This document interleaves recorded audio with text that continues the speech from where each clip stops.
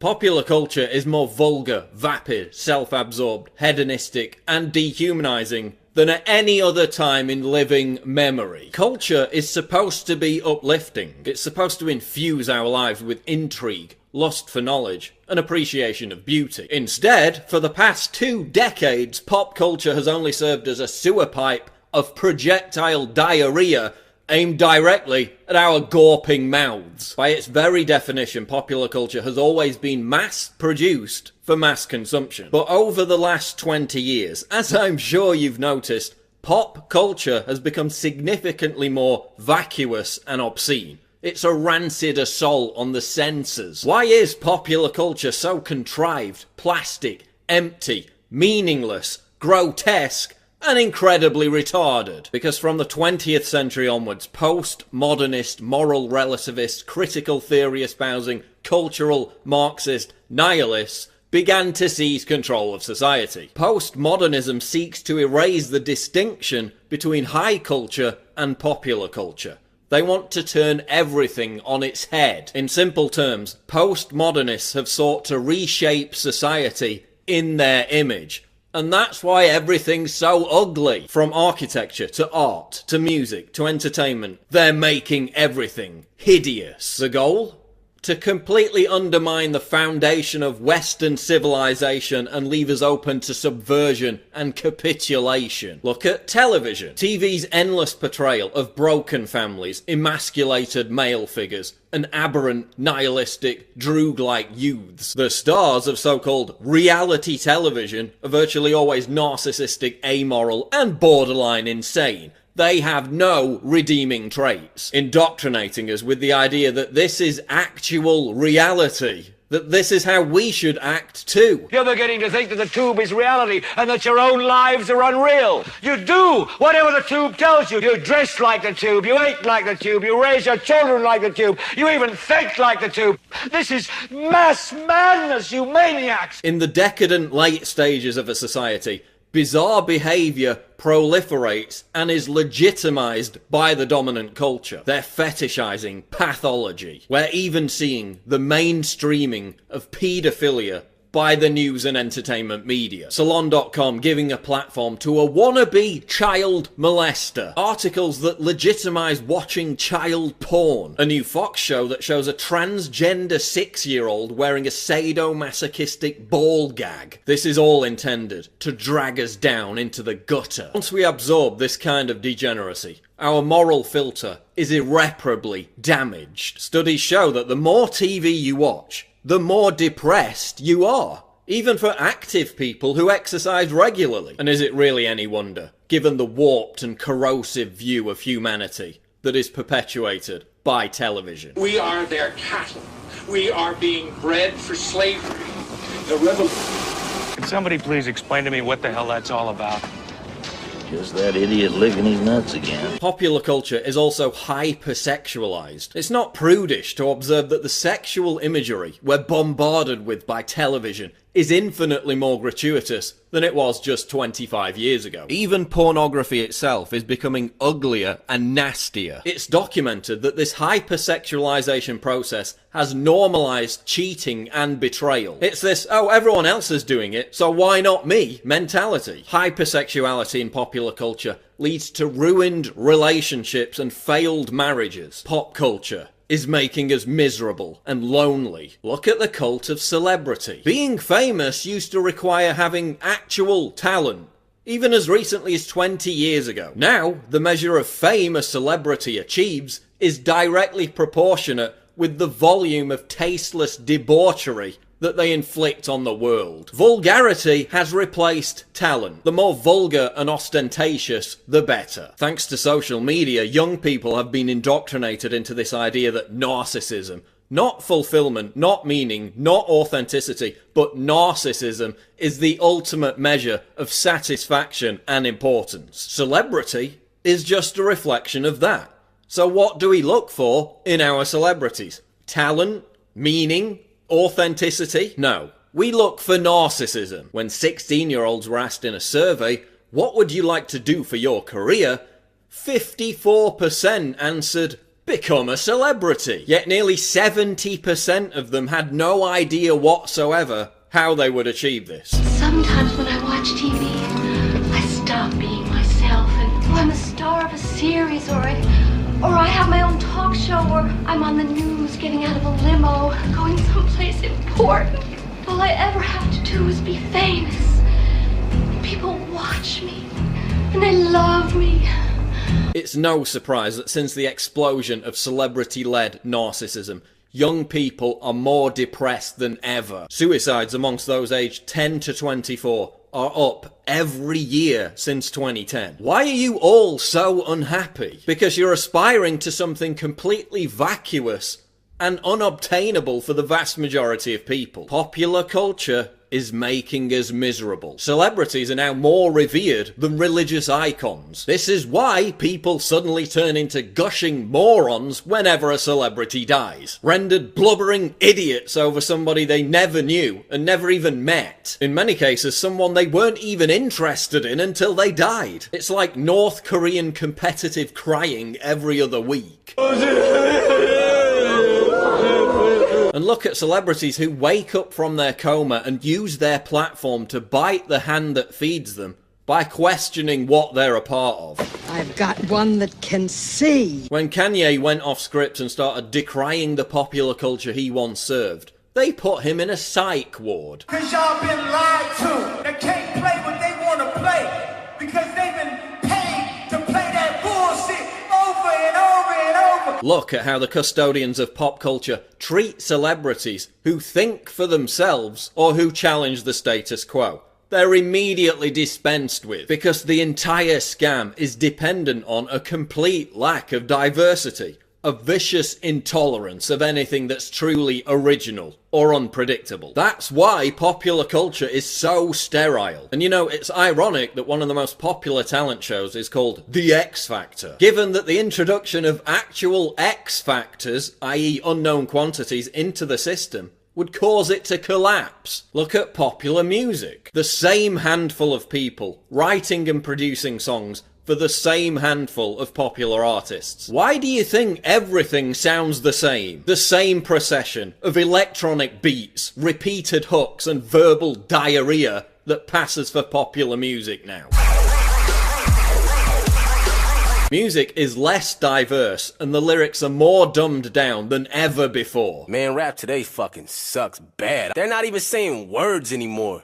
They just got a hard-ass fucking beat to trick dumbasses like you to make you think you like the shit. We've hit a brick wall.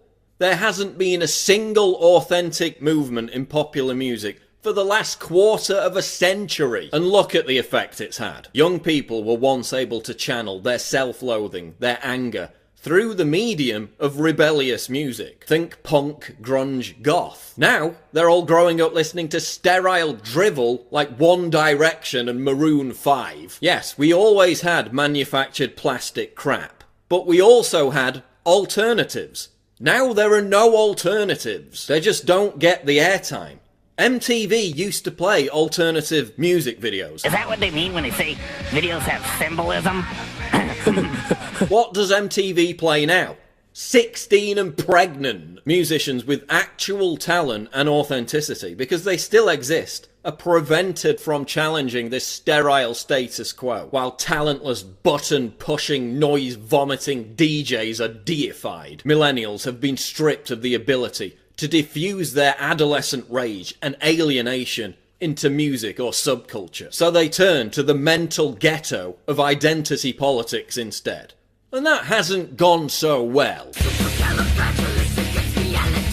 What has my generation contributed to advance popular culture over the last 30 years? Humiliatingly little. Seriously, what have we contributed? Can you name anything positive? Gangster rap? A movement that encouraged millions upon millions of young people to aspire to act like degenerate criminal thugs. Yeah, that worked out great, didn't it? But then look at someone like Hopsin. Here's a guy who raps about how retarded and destructive Gangster Chic is. A guy who tells young people to get off drugs and live clean. What happens to musicians like Hopsin? Yeah, some of them get signed to big labels, but then they get parked for 3 years, or their albums are deliberately given no promotion. They're never allowed to obtain superstar status. How did rap music go from really good to so dry?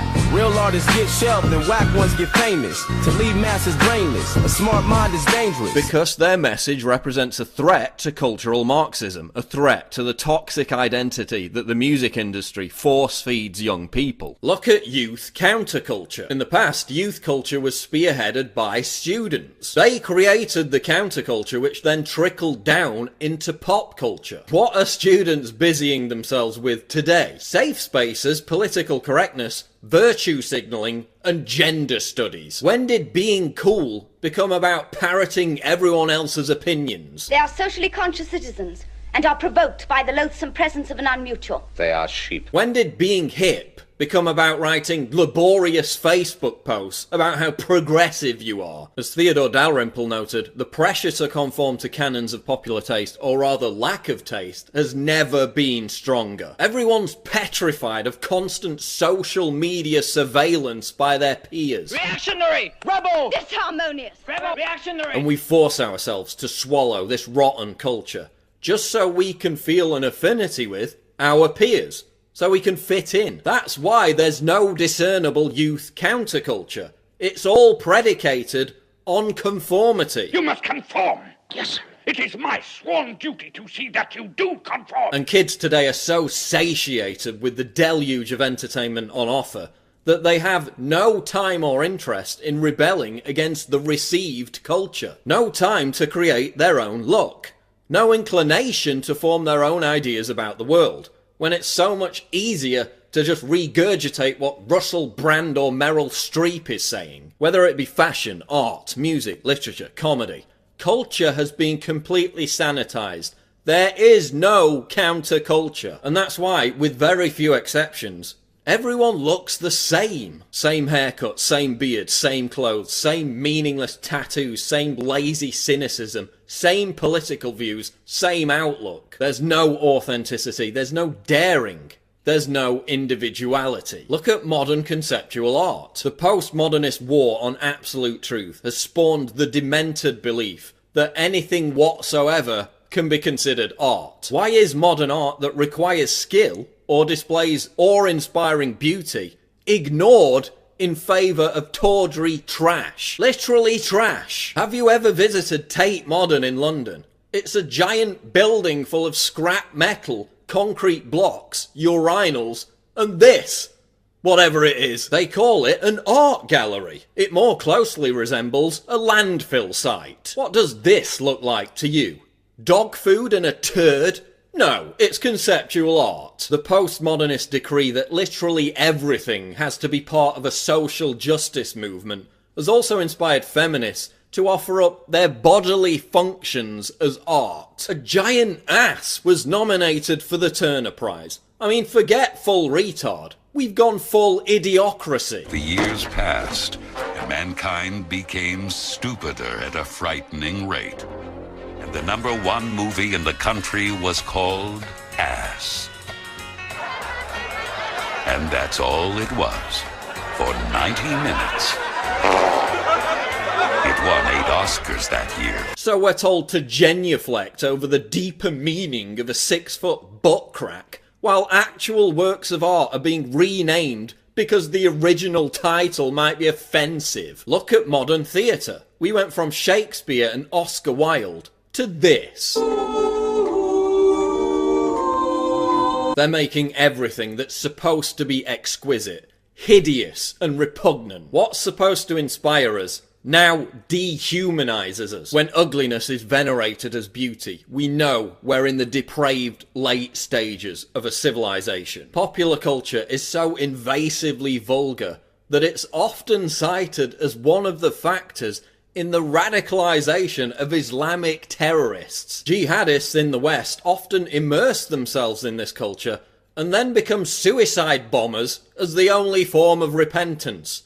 That's how bad it is. That's right, Jersey Shore and Miley Cyrus are actually seen by terrorists as legitimate reasons to attack the West. And who could argue with them? But seriously, when we defend Western civilization, we're not talking about popular culture. We're talking about the Sistine Chapel, not Piss Christ, We're talking about Beethoven, not Bieber. But we've become bored of what we've inherited. The true meaning behind the rich tapestry of our cultural heritage has been forgotten. Popular culture as it exists today actually represents a direct threat to Western civilization, since it provides our enemies with a justifiable reason to destroy us. A civilization is starting to unravel, okay, and that you can find it again and again and again through history. That's a culture that no longer believes in itself, okay, and then what you invariably get are people who are convinced of the power of heroic masculinity, okay, on the edges, whether they're the Vandals and the Huns, okay, or whether they're the barbarians of ISIS, okay. You see them, starting to mass on the outsides of the culture, and that's what we have right now. If we allow this to represent what we stand for, whatever moral superiority our ancestors earned will be eviscerated within a generation. That's why we need to constantly savage this notion that popular culture represents Western civilization. It doesn't. The weaponization of popular culture, as I've described it, is merely the reassertion of cultural Marxism. By making the culture that underpins our society completely meaningless and therefore rudderless, it can be easily overthrown. We need to reject popular culture in all its grisly, grotesque, dehumanizing forms. We need to encourage a new cultural renaissance that is once again inspired by beauty, talent, and the exaltation of human accomplishment.